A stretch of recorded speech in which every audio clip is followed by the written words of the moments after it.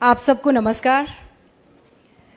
सर्वप्रथम इस धरा को नमन करती हूँ। आम्बेडकर जी और यहाँ उपस्थित तमाम लोगों ने मेरा नाम चुना, मैं ये सोच सोच कर अभिभूत हूँ। मैं किस्मत वाली हूँ कि आप लोगों के समक्ष हूँ, आप लोगों के सामने हूँ और अपने दिल की बात कह पा रही हूँ। वैसे तो बीच में वो स्क्रीन की छाया होती है, वो पर्दा होता है, आज वो पर्दा भी हट गया है, तो और ज़्यादा प्रसन्न हूँ कि आपकी आंखों में आंखें डालकर सच कह पाऊंगी। मैंने पूछा मुझे क्या कहना है, तो मुझे कहा गया बस कह दो। तो मैंने कहा कोई विषय है, तो कि जो आप चुन लो वो विषय है। तो मैंने चुन लिया वसुधा का कल्याण। मैंने चुन लिया कि इस धरा का कल्याण विषय अगर ये है तो कोई विचारधारा ले आए, चांद ले आए, सूरज ले आए, अगर देश प्रेम सर्वोपरि है तो फिर सब कबूल है, सब चल जाएगा। कोई विषय चल जाएगा, कोई समाज चल जाएगा, कोई धर्म चल जाएगा, कोई पंथ चल जाएगा, कोई लिंग चल जाएगा। अगर देश प्रेम है तो सब चल जाएगा। और ये मैंने कहीं और नहीं, इसी जमीन पर, हिंदुस्तान में, भारत में हर आंखों में देखा है, उसे महसूस किया है, और वही काम मैं स्क्रीन पर भी करने की कोशिश करती हूँ। लोग कहते हैं आप कहते वक्त सोचती नहीं है, तो मैं कहती हूँ सोचती हूँ, इसीलिए कह पाती हूँ। और सोचती ये हूँ कि अगर आज मैं रुक गई तो फिर मेरे बच्चे रुक जाएंगे, मेरे बच्चों के बच्चे रुक जाएंगे। तो जो गलत है कह दो, और जो सच है फख्र से कह दो कि ये सच है। और यही मेरी कोशिश भी रहती है। और इतना प्यार, इतना प्रेम मुझे मिलता है कि फिर मुझे पलट कर देखने की ज़रूरत नहीं पड़ती है। और ये आप लोगों का सम्मान है। आज जिस कार्यक्रम में मैं उपस्थित हूँ, मुझे याद है स्कूल में जब छोटी थी, 5वीं कक्षा में रही होंगी, तो हिंदी की मेरी बड़ी स्ट्रिक्ट सी टीचर थी। तो उन्होंने देवऋषि नारद जी के बारे में एक कहानी मुझे सुनाई, बच्चों को सुनाई, और वो कहानी मैं चाहती हूँ कि आपके समक्ष भी रखूँ। तो नारद जी तो आज तो क्या वाईफाई है, क्या 5G है, क्या 4G है, नारद जी ने तो उसका इस्तेमाल बहुत पहले ही कर लिया था। प्लेन व्लेन की ज़रूरत नहीं थी, वो टेलीपोर्ट करते थे, तीनों लोकों में जाकर अपनी बात कहते थे। तो कहानी ये शुरू होती है कि नारद मुनि अपने अंदाज में स्वर्ग लोक में घूम रहे थे, नारायण नारायण कहते हुए। तो अचानक उनको कुछ सूझी, तो उन्होंने भगवान का रुख किया और भगवान से कहा, आपसे एक प्रश्न पूछूं? तो भगवान ने कहा, पूछो। ये जानते तो थे कि नारद जी के मुंह से निकल रहा है तो पंगा तो होगा, लेकिन पूछो, उन्होंने कहा। तो उन्होंने कहा, भगवान ये बताइए कि आपका सबसे प्रिय कौन है, आपके हृदय में कौन वास करता है, कौन है जो जिससे आप बेइंतहा प्रेम करते हैं, स्नेह करते हैं। तो भगवान मुस्कुराए और उन्होंने पृथ्वी की ओर देखा, और वहाँ इंसानों का टोला था, इंसानों की बस्ती थी। कोई किसी काम में लगा हुआ था, कोई लकड़ी काट रहा था, कोई खेती कर रहा था, कोई अपने हिसाब का जो उस वक्त काम था वो कर रहा था, कोई महिला खाना बना रही थी। तो प्रभु मुस्कुराए और उन्होंने कहा कि ये मेरे दिल में वास करते हैं, इनसे मुझे बड़ा स्नेह है। तो नारद जी को बड़ा गुस्सा आया। तो उन्होंने कहा कि आप मनुष्य की बात कर रहे हैं? तो प्रभु मुस्कुराए और प्रभु ने कहा, मनुष्य की बात कर रहा हूं। तो उन्होंने कहा, अरे नारायण नारायण मैं करता फिरता हूं, ऐसा कोई पल, ऐसा कोई वक्त नहीं गुजरता कि मेरे मुख से नारायण नारायण ना निकले। और आपको प्रसन्न करता है मनुष्य, आपको पसंद आता है मनुष्य, आपका स्नेह मनुष्य से। तो प्रभु फिर मुस्कुराए, उनकी अपनी लीला। उन्होंने कहा कि इस मनुष्य को मैं छोड़ दूंगा, तुम बस ये मेरा जो इम्तिहान है उसे पास कर लो। तो नारद जी ने बोला, ऐसा कौन सा इम्तिहान है कि मैं पास ना कर पाऊं? प्रभु आप कहिए, करना क्या है? तो प्रभु ने देव ऋषि को कटोरा दिया बड़ा सा, और उसे एकदम एज तक दूध में भर दिया।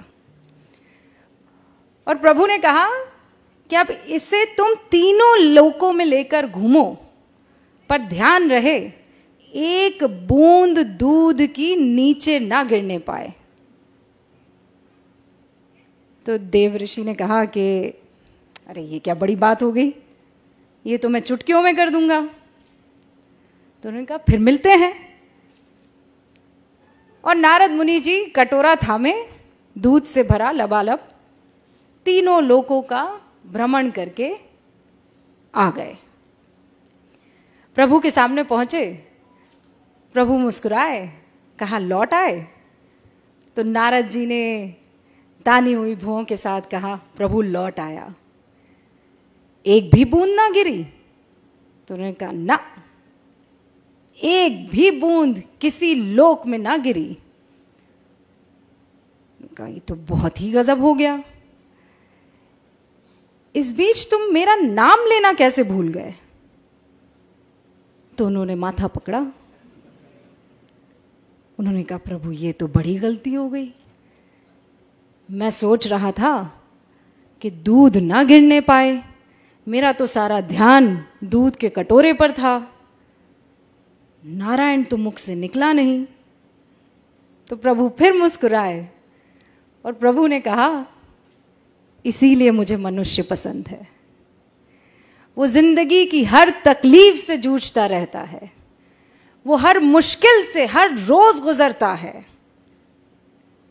उसकी जिंदगी के कटोरे में परेशानियों का दूध लबालब है, लेकिन फिर भी वो मेरा नाम लेना नहीं भूलता है।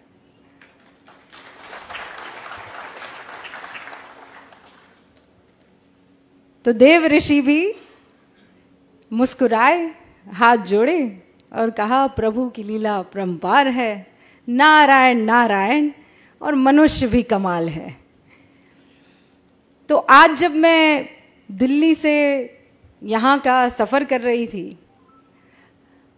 तो एक बार फिर से देव ऋषि नारद मुनि मेरी आंखों के सामने थे, मेरा बचपन मेरे सामने था, और वो बुजुर्ग हिंदी की टीचर जो इसी अंदाज में कहानी कह रही थी, और मुझे लगता है इससे बेहतर कह रही थी वो, और मैं टकटकी लगाए उन्हें सुन रही थी और ये जानने की कोशिश कर रही थी कि कौन बेहतर होगा, मनुष्य कि देव ऋषि नारद मुनि।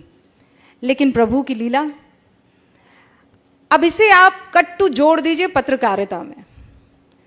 हाँ, हमें करप्शन उजागर करना है, देश की नीतियों पर, तमाम तरीके की राजनीति पर, हर तरीके की कवरेज करनी है, क्राइम भी हो रहा है, महिलाओं के उत्थान की बात करनी है, समाज के कल्याण की बात करनी है।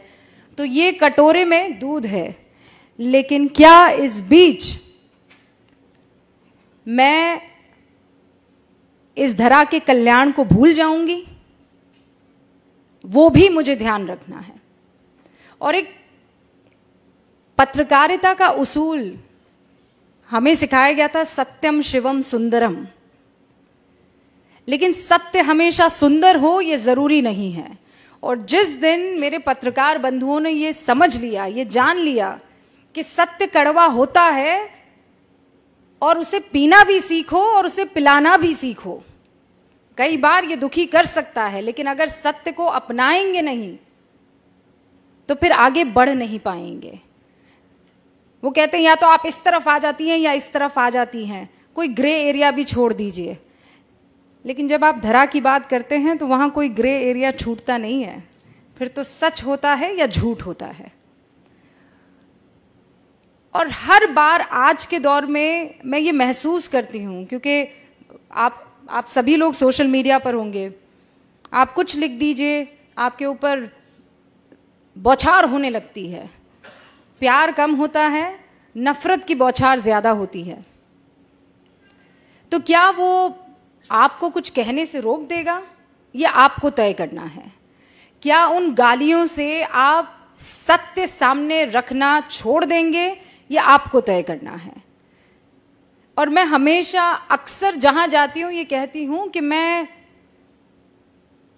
आइसक्रीम नहीं हूं कि जिसे देखकर, जिसे सुनकर हर कोई खुश हो जाए। मैं एक पत्रकार हूं